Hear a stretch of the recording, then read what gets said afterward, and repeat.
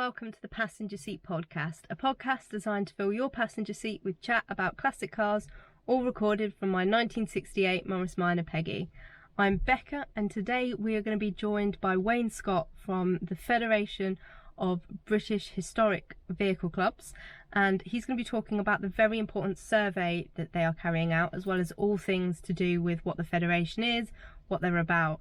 The links to the survey will be down in the description boxes. There'll be some QR codes on screen if you are watching on YouTube, and there'll also be some links shared on social media as well, so that you know where to fill it out and how you can get involved in helping them with their survey that they're doing. It's a really interesting thing, and it's been great to talk to Wayne about that today. Because it's really important stuff to make sure that the classic car world is fairly represented in legislation and government policies and stuff like that. So I hope you really enjoyed today's chat with Wayne, and I'd love to hear kind of, if you've completed the survey, what your thoughts are on kind of some of the questions that they've asked, and what your kind of answer to how many vehicles it is that you have and how much on average you're kind of spending, because I think that's really interesting stuff to see, and the aim is that once this data has all been collected, we'll hopefully get Wayne back on to kind of talk about how this data has changed from the last lot of data that they've carried out, and what that means for the classic car movement going forward. So I hope you enjoy, and without further ado, let's get Wayne in the car.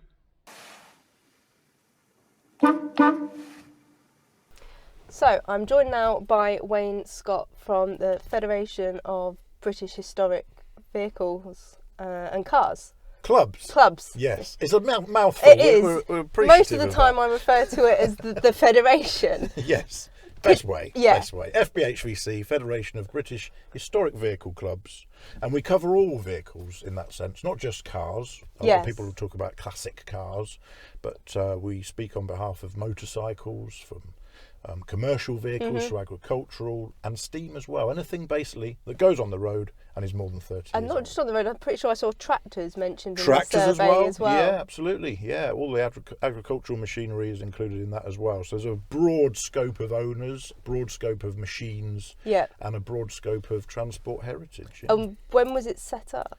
It was set up, more than 30 years ago. Yeah. Has been doing lots of sterling work for over 3 decades now, and has been crucial really in a lot of the things that we take for granted. Yeah.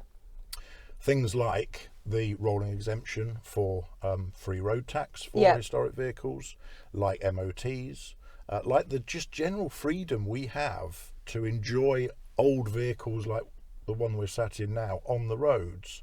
Freedoms that a lot of the countries in Europe don't enjoy. Yeah. And we're really lucky here in the UK to have that. Yeah, because there's other countries that have like, you can only do X amount of miles in a car that's over 40 years old, or like you have to kind of log where you're going. It can only be to kind of events and stuff like that. To use them like I use Peggy is quite a privilege that we have, and that's down to the work that the Federation does. Absolutely, and it's throughout all of that time has always been a volunteer-led organisation. We have one member of staff, a paid secretary, Mel Holly, who does that job for us now, but generally speaking, the board, all of those who work on the subcommittees are all volunteers and are nominated to those positions from their respective clubs. Yeah. So they generally come with a nomination from a member club, and we have over 500 of those member clubs as well. So a very representative group of people, huge group of people, and overall we're representing about 250,000 historic vehicle owners. That's amazing, and amazing that there is that many historic vehicle owners out there. You don't really think about that many out there. I mean, some of the biggest events that we have, like the NEC and stuff, you see a lot of cars and you see a lot of people going around, but I don't think you realise just how many owners are out there, and often owning multiple vehicles. Absolutely. Well, interesting stat for you is that 1.5 million historic vehicles on the roads. We're expecting that to grow since the last time we measured that in 2020. And of those, that's spread across about 700,000 different owners. So you can see multiple vehicle ownership is rife, because it's an illness and we all have it. Absolutely. But also that's quite a large representative audience when you take the population of the UK as a whole. That's nearly 1% of the population own a historic vehicle. Yeah. So we have some weight in that respect. And that's really good news.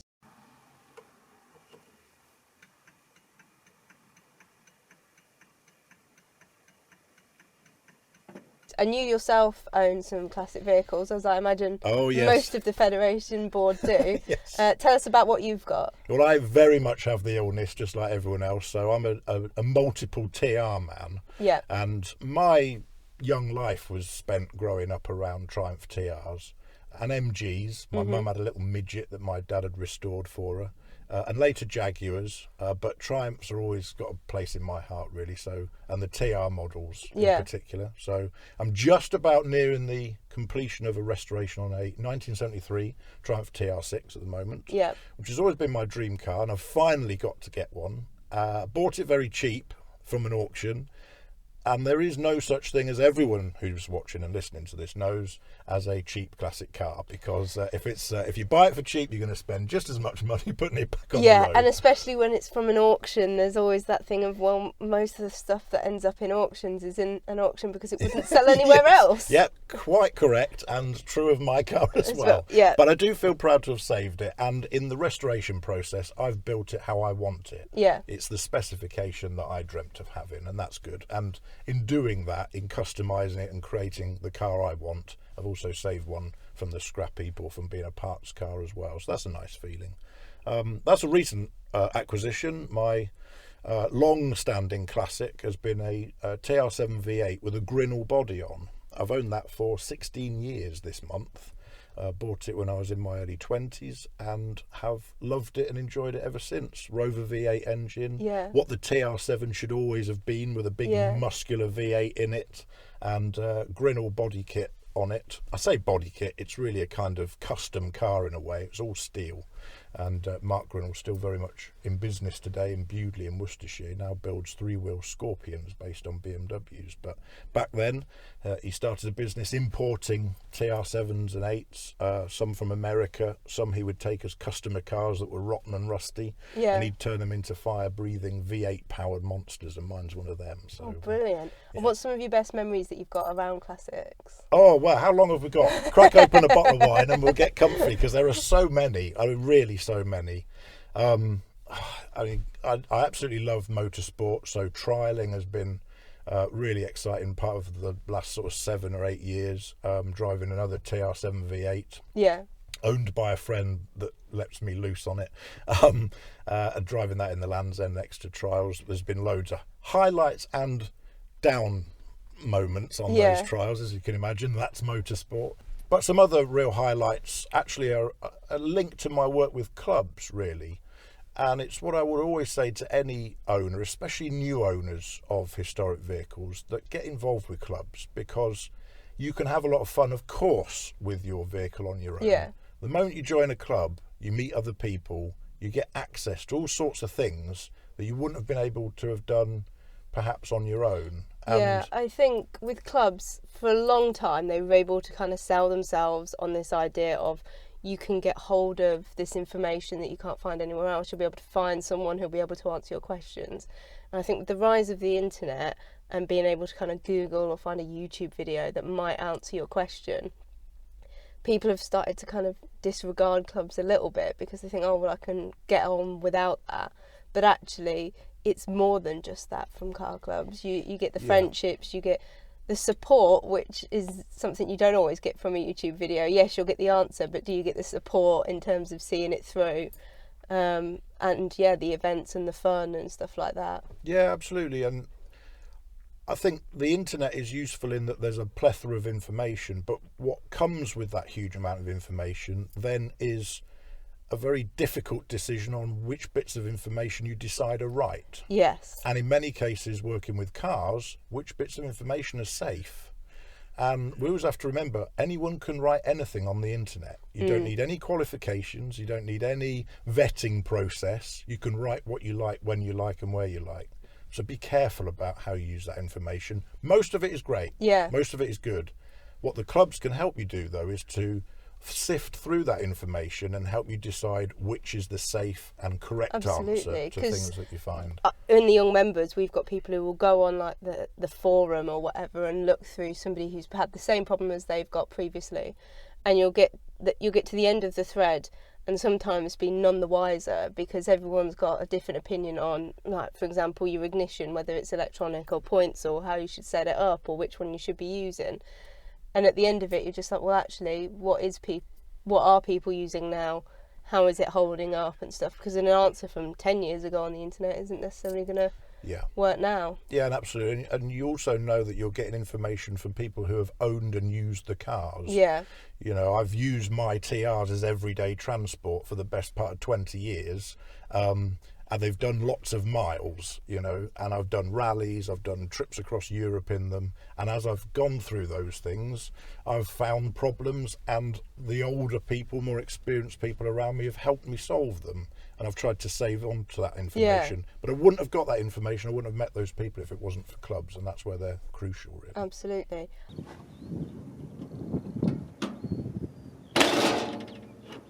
And talking of crucial, let's get onto this survey, because I think it's really crucial to what the Federation is able to do and how it's informed its decisions.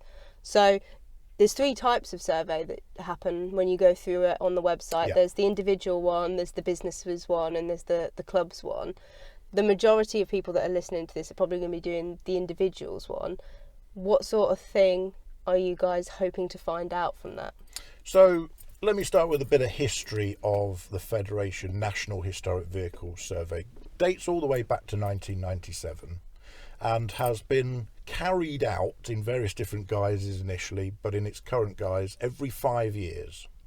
And every 5 years we look at how the data is changing throughout that period of time, and we try and also gather that data in a pattern so that each year relates to the previous survey, so that we can see genuine trends. And that impacted how you did the last survey, because you brought it forward a little bit. Exactly. Because you could see what was going to happen. Precisely. So every 5 years is normal. The last one was done after 4 years, because we always ask people who are completing the survey to think about the last previous full year. Yeah. So the last previous full year for this survey would be 2024. We quickly realised in 2020 that if we'd left it till 21, we would have had the COVID year as the full year of respondents. So that would have been a weird year, and I suspect it would have painted a bleaker picture than was real and true of the historic vehicle community. Definitely an interesting year, and the data from it I think would have been kind of fascinating to compare to what you'd have got for the 2019 one. But yeah, it definitely true. I think so. 2019 was the last normal year. I think this survey is going to be really interesting because, whilst the COVID year was interesting, it's now gone. It's finished. What we now need to understand is what have been the lasting impacts of that. Yeah. The changes in society that we've all seen that has brought about, especially the impact on events, costs of living, how that's impacted historic vehicles and their owners and the clubs that look after them. And that's going to be, I think, the interesting trend to map from 2019, the last normal year, to where we are now for 2024 in the 2025 survey. And the survey is critical because the data is very transparent, it's very provable. There's a pattern in it over all of those years dating back to 1997. And so we always launch a new survey in September when government comes back from recess, Parliament reopens, and we lay this in front of the ministers that make the decisions that affect all of us as historic vehicle road users. Yeah. And that gives a huge amount of trust, because when we're arguing various different points, when we're arguing for exemptions in legislation, for example, we need to be able to go to politicians and argue with absolute provable facts. Yeah. It's no good saying, well, we think this, because there's a lot of us. We need to know exactly how many of us there is and what we're doing, how we're doing it, what we're spending, what our power is, so that we can go, as we did 5 years ago, to government and say, we are contributing 7.2 billion to the UK economy. This is how important we are. We are as big, if not bigger, than some very major industries that get a lot of airtime, like the fishing industry, for example. So that positions us in politicians' minds, because the important thing to understand, I think, for most normal people is that actually I've yet to meet an MP who wants to take classic cars off the road. Yeah. They're very supportive of what we do, but in creating road legislation that has its broader purpose to deal with commuting, they traffic. Sometimes have a kind of knock-on effect Exactly. that they don't think about. Because we're not foremost in their minds. Of course we're not. There are many, many, many other million road users out there. Yeah. And of course, the last survey showed that we do around about 1,200 miles a year as an average. And so that means that we account for less than 1/4% of the total miles travelled on the roads. So we're a tiny proportion of the road usage. So occasionally we might get caught up in things, and we're there as a federation just to tug on the arm of the lawmakers and the legislators to say, don't forget about us, just write this exemption in here, or change this there, or consider us in this way. Because there was a really interesting piece of legislation that I actually covered on the podcast a couple of years ago that was talking about like modifications and doing modifications yourself at home, and how like making changes from OEM would potentially be up for like you being pulled over, your car having an issue with the police and legalities and stuff.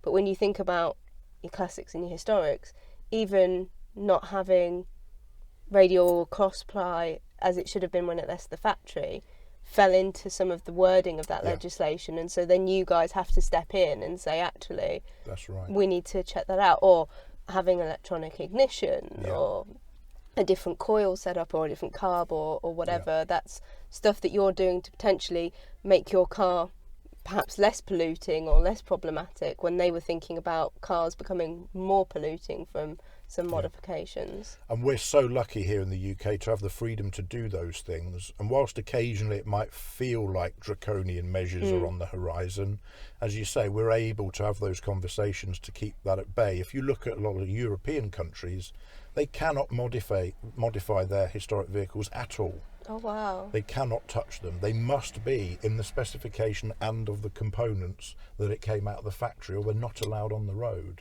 So we have to remember that we're pretty lucky actually in this country. I know some trials competitors, for example, from overseas, that from mainland Europe in particular, that have to store their vehicles in the UK because they've modified them for trialling, and they can't use them at home because they're too modified. Yeah. So we have to remember we're pretty lucky here, but that's not to say that we should ever rest on our laurels and say, everything's fine. We always have to keep fighting. There are always new politicians, there are always new governments coming in, and we have to make sure. The ability to do those things is often what keeps some cars on the road, because if you can't get the exact right engine for a car, then you might be fitting something as close as you can, or putting something else in to keep a car visually going that might not otherwise be seen at shows and stuff like that. And so really important stuff. We're sat in a Morris Minor for which the parts are plentiful, and actually you can keep this car on the road relatively easy even in standard trim.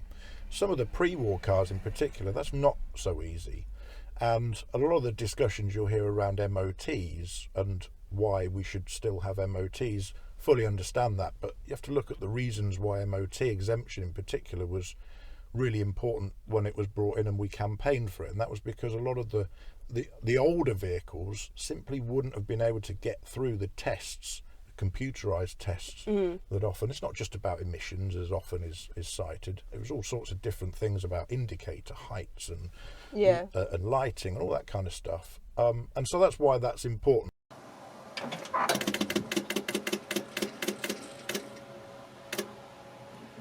Now, the recent DVLA consultation that we've been involved in since May last year has brought to light some various different conversations around modifications again.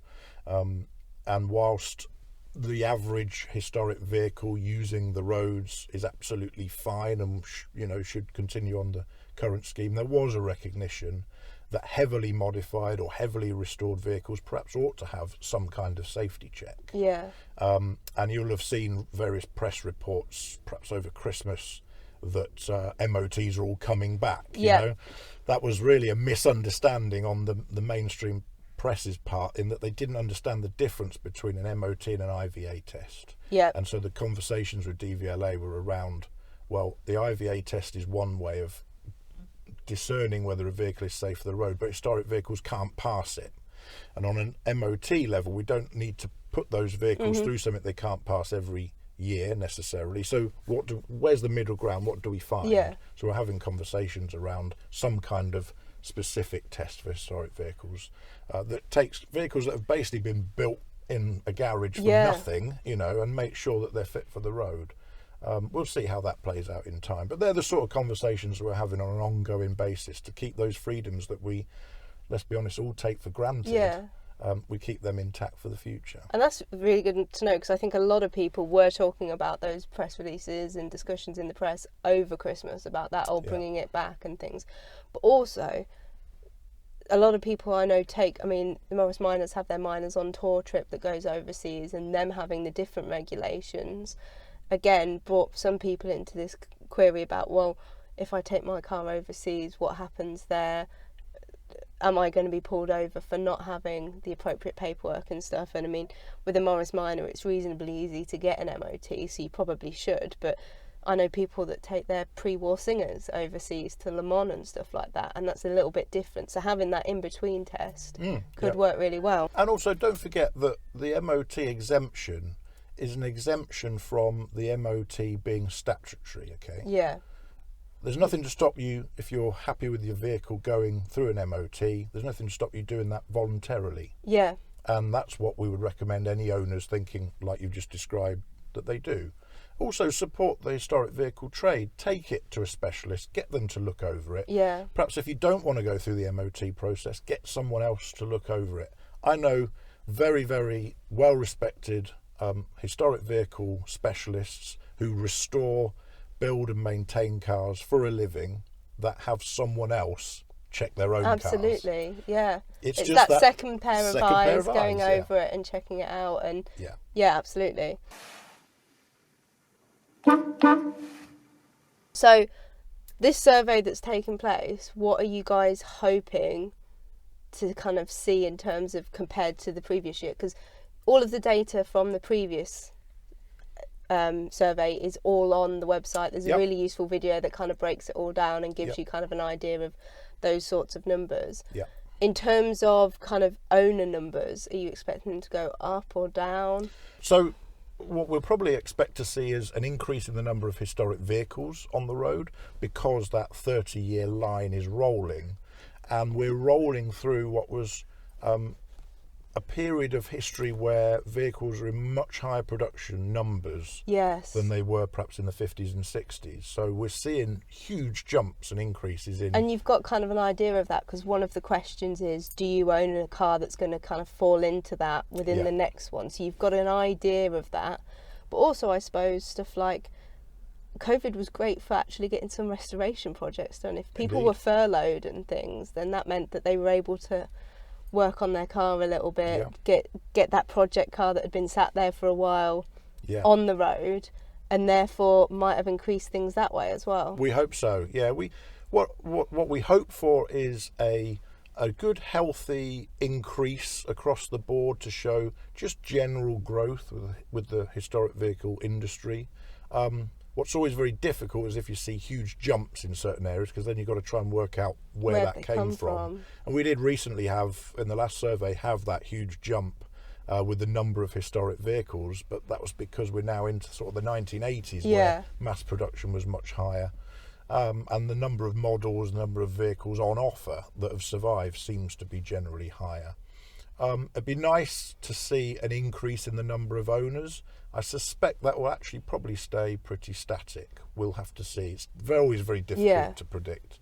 But certainly the historic vehicle community, from looking around us all, seems to be in good health. So we would expect to see that reflected in those figures. And another thing you ask about is kind of spending. And not only do you ask about kind of what someone spent in the last year, because it's specifically about that last year, but what I was really pleased about is because I spent a lot of money on Peggy last year with the restoration, but you also say, well, was this a typical year for you? Was that more than you would have spent last year? Is that more, are you expecting to spend that sort of money again, to kind of get that idea of, was this an exceptional year for you, like it was for me and Peggy?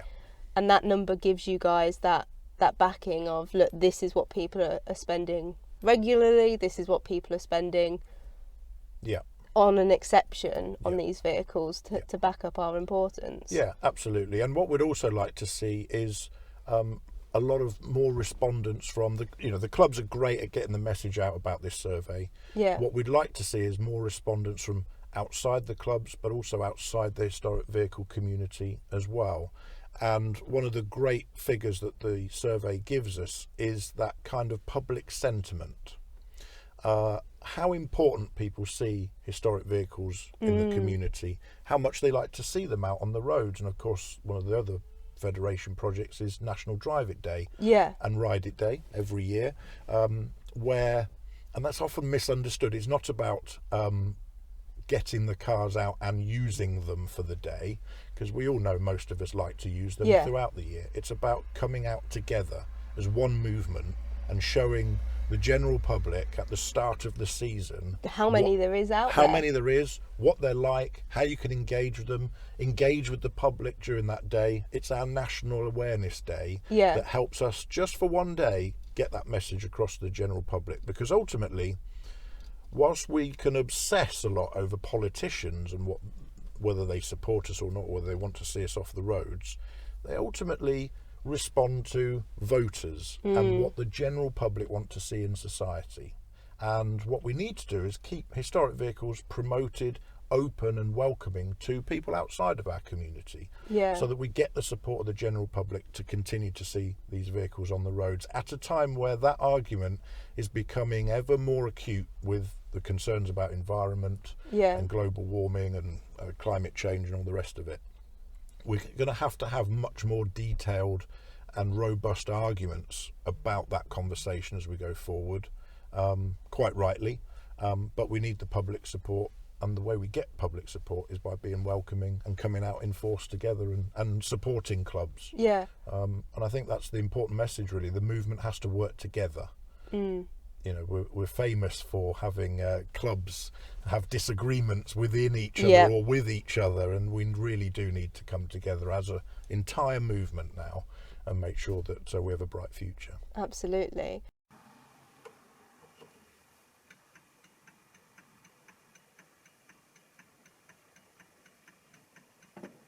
And the other thing it kind of asks a little bit about is your spending on stuff surrounding it, which I thought was a really interesting conclusion, and also what sort of events you go to, how you spend yourself, your kind of power in the events area, because that's an area that's pretty interesting to me, is that what sort of events do people enjoy? Do you think that's likely to have changed because of COVID? I think it has, actually, and I think talking to a lot of the clubs and the events volunteers that the clubs have, we're already seeing the changes there. So the data from that will be interesting to see whether it backs up what I think we all feel. Certainly we've seen a trend away from the big weekend events where people would be camping in fields somewhere, and more towards the cars and coffee, breakfast meet type event. And that's, of course, a symptom of people in society having less time to put into their hobbies. It's not necessarily there's anything wrong with the events that we had before, but society is changing. We are time poor as we go forward. So I'm expect to see something like that, because that's the feedback we've had from all of the clubs and how their events have changed.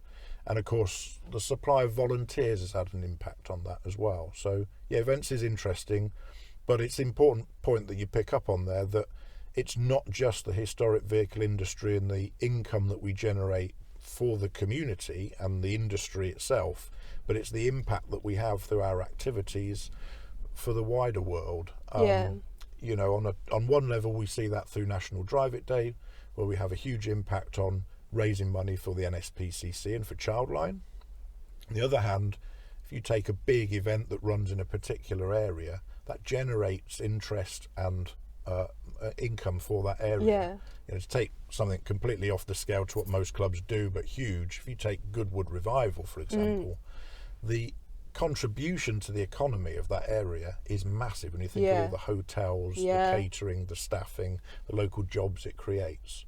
So all of those things are useful to take into account, and those are the important things that we take into government and say, look, This is why we're important. This is what we contribute. We're not just in sheds building machines to pollute the environment. Yeah. There is a positive aspect to what we're doing. And ultimately for the Federation, we want us to be seen as transport heritage, moving heritage, if you like, and to be seen, therefore, on the same level as our historic buildings and as our places of special natural interest as well. Yeah, that's a really interesting way to think about it, because I think a lot of people who have the cars think of themselves as kind of custodians or like stewards or whatever you want to say, the same sort of words that we use for that sort of thing. But often, I mean, it swings and roundabouts, isn't it? Because we perhaps aren't under as much strict legislation as a Grade 2 listed building, especially when we're doing the work ourselves. But equally, we struggle in some regards to get the kind of coverage and respect that some of that might get. Yeah, absolutely. I think that's coming though, and I think what you'll also see is that as modern vehicles become more a utility, historic vehicles and the nostalgia they create will become ever more important and prominent for people to see. You know, it's a little bit like a steam train. You can see one in a museum and appreciate its size, but it doesn't really make sense until you see it moving. Absolutely. And you smell it and you hear it and you see it and taste it and all the rest of it. It's the same for historic vehicles, and it's that message of how transport and how humanity has changed that is wrapped up in all of these vehicles that we go on holiday in and enjoy as a hobby. Yeah. You know, they have a commentary to how society has evolved and adapted over the years. I do a lot of commentary at motor shows and car shows up and down the country in the summer, interviewing owners in arenas, and the stories that we can take out of some of those vehicles. The vehicles are interesting, but actually it's the human interaction that makes them incredible. You know, finding a car from the 1920s with a little chamber in the back of it from the last pandemic as an isolation unit. Oh my gosh, you know, and things like that. And you think, actually, that's quite useful today, you know. Yeah. And some of the things that, you know, the fact that some of the doors open in a particular way because the only people that drove or owned those cars had a driver and had that driver open the door. Or only having a door on the passenger side because that's the side of the car you get out so that you weren't mowed down by the next vehicle that kind of came along. Yeah, absolutely. Alec Izigonis and his ability to create a vehicle that had mass market appeal, like the Morris Minor that we sat in that he designed here today, and how this led to the Mini, and how this finds its origins and thought in the Austin 7 and the Ford mass production of the early 1900s as well. Amazing stories like, you know, how many electric vehicles were sold in 1909 in America. Yeah. Where sometimes in history you see electric vehicles outstripping petrol vehicle sales, and we think EVs are a new thing. They really aren't. No, you don't really think about it, but again, it's only when you see them all like the steam vehicles and stuff, not just the big steam engines, but the steam vehicles that were like the Stanleys and stuff. Absolutely, that were, they're running on paraffin. Yeah, and ultimately I'm truly of the belief that it's not going to be people painting themselves in orange paint and sticking themselves to the road that's going to solve the climate crisis that is undeniable, a crisis in the world and for all of us. It's going to be people with spanners and people with engineering degrees and people with labs and people with practical skills. And you know, these vehicles for young people are the greatest way of getting into practical skills. How to build, engineer and move people around is going to be one of the most important skills to have in society going forward. And these are a fantastic way of getting young people engaged, first of all, and involved in the science of engineering and how it applies to society and the world we live in, but then also as a memento of the past to learn from, to make sure that what we deliver in the future not only looks after the environment, but allows human beings to be what they needed to be and grow in the way that we've grown, thanks to trains, thanks to vehicles as well. So a philosophical answer for you there. Absolutely, yeah. But an important one, I think, for the future.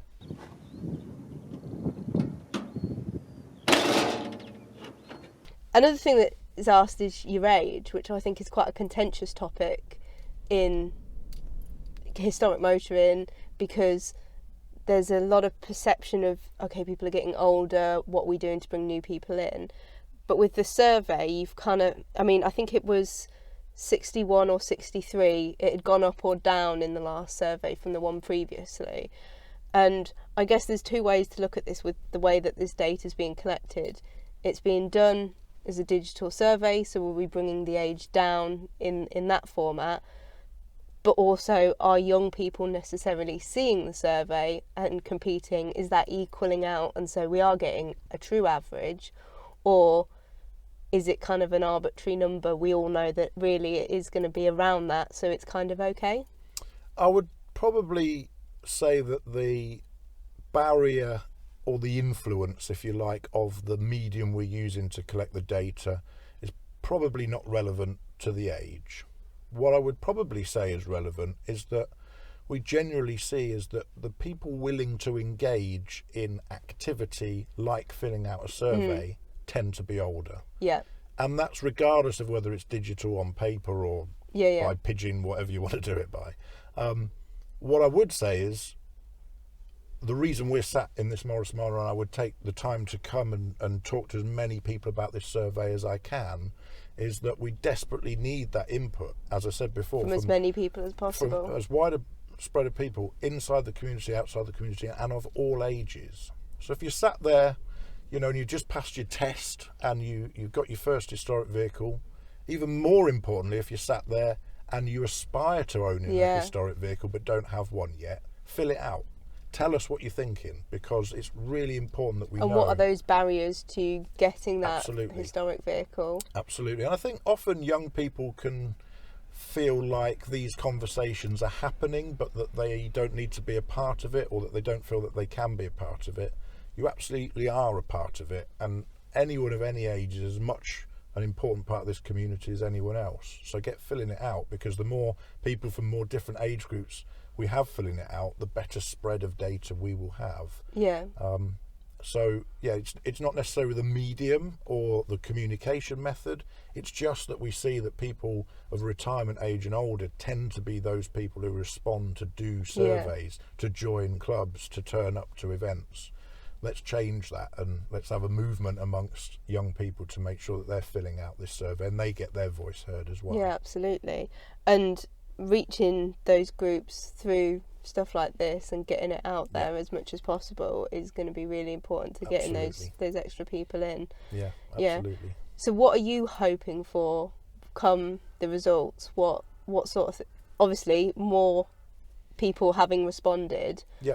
But what sort of things are you hoping to know more about, because that's what's concerning the Federation at the moment? I'd like to see, as we've just mentioned, a broad spread of people taking part in the survey.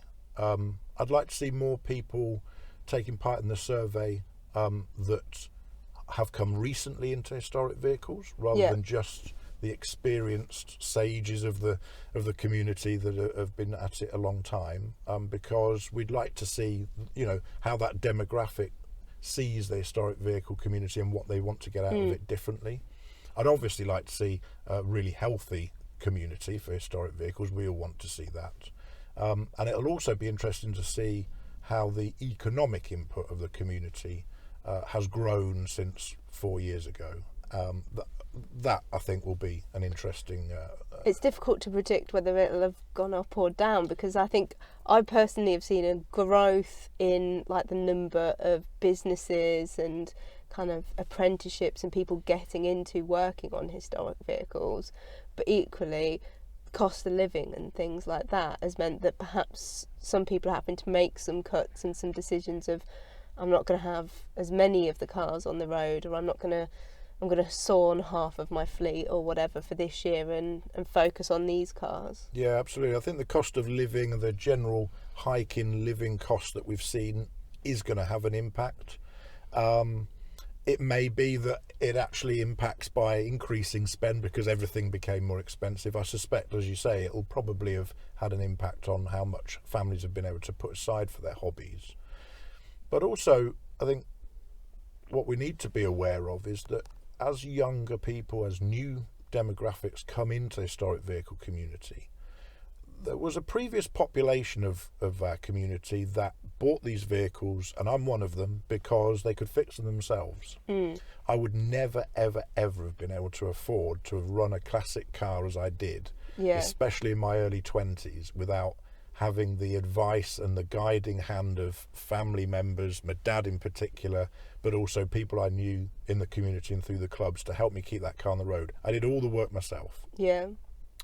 What we're seeing an increasing trend of is people coming into the community because it offers them a lifestyle. It's a great Instagrammable influencer lifestyle, but that they don't necessarily have the skills to fix the cars themselves. And the problem with that is that it becomes expensive to run a historic vehicle if you do have to take it to a garage or a specialist every time something goes wrong. Yeah. And that can either mean that it becomes a barrier, and so only those with a lot of money can do it, and others give up because they can't afford it, or it just becomes a frustration whereby the thing never works and you're always sat on the side of the road waiting to be picked up, and you give up, you lose interest. I think that's a big challenge, and it's not just young people, actually. In fact, it's people of across the age demographic. I think also when we're talking about young people within this community, actually for a while it was okay, people up to kind of 30, 35, but actually with the way that I think a lot of the age demographic has become, really it's people up to 40, 45 in a lot of cases are younger than the majority in the scene, and therefore it's them that have perhaps not had as much time to learn some of the skills that are going to keep the cars on the road, have the time to do the work, and also have perhaps got growing families that are going to take away from their money to be able to take it to a specialist or whatever. And they're going to need as much support as the 20 to 30-year-olds in some cases. Absolutely right. And actually, if you talk to a lot of the clubs, what they're seeing, their main problem being is that they have a great number of members. Their majority of members sit in the 65, probably more around 70 plus mark now. Yeah. And actually, many clubs have a really vibrant young members scene. Yeah. The bit in the middle is where they're struggling. And actually the most immediate problem for many clubs, especially the large single mark clubs, often is that they haven't got a ready supply of the next 60-year-olds coming through. Yeah. And it's going to take a long time for their young member schemes to mature into a sort of retired member. So I think you're absolutely right. There is a kind of middle generation that's a little bit lost in many respects. And I think that's something that the historic vehicle community as a whole ought to work on a little bit more. Yeah.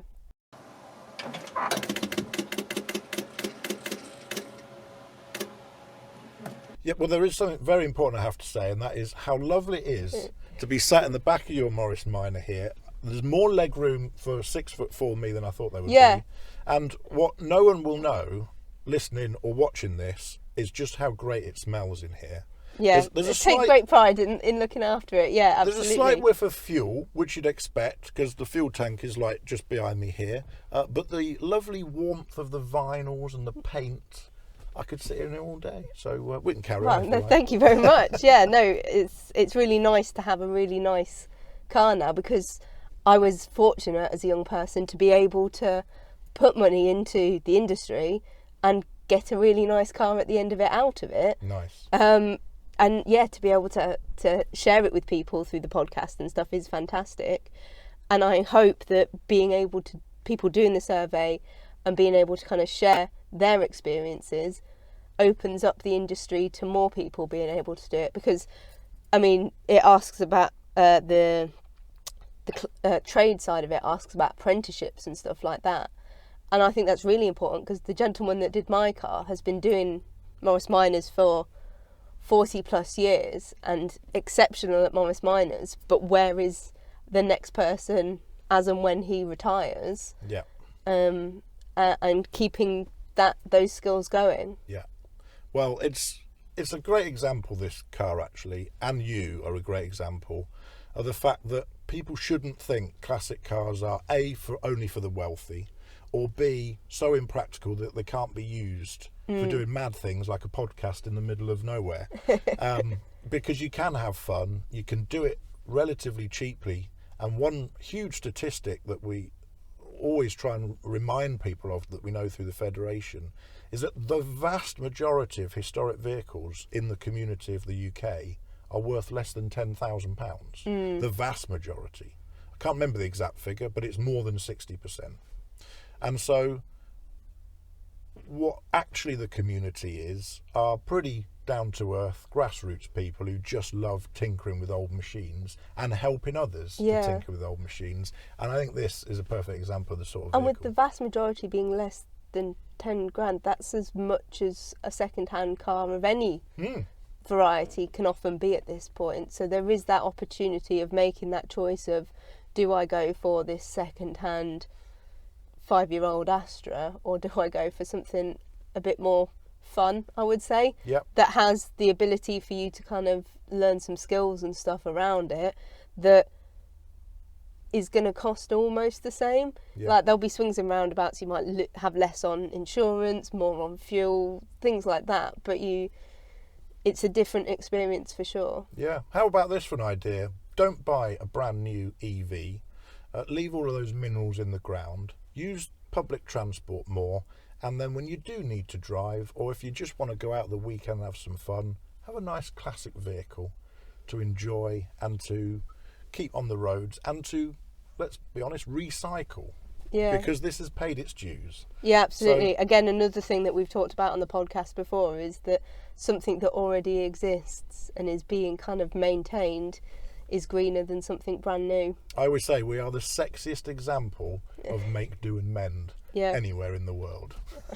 I think that's a fantastic thing to end it on. Thank you very much for your time. Pleasure. And the link for the survey will be down in the description box. I'll put some QR codes and stuff up throughout the podcast as well if you're on YouTube.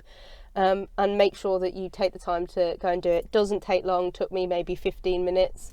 If you've got more cars, it will take a little bit longer, but generally well worth doing. And buy yourself a Morris Minor, because it's lovely in the back here. Absolutely. Space for friends.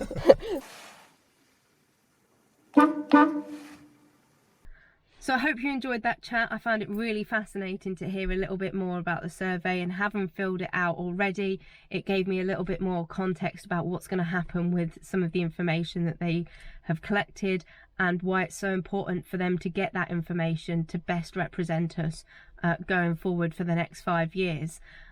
Be sure to check out the links, and in the meantime, drive safely and happy motoring.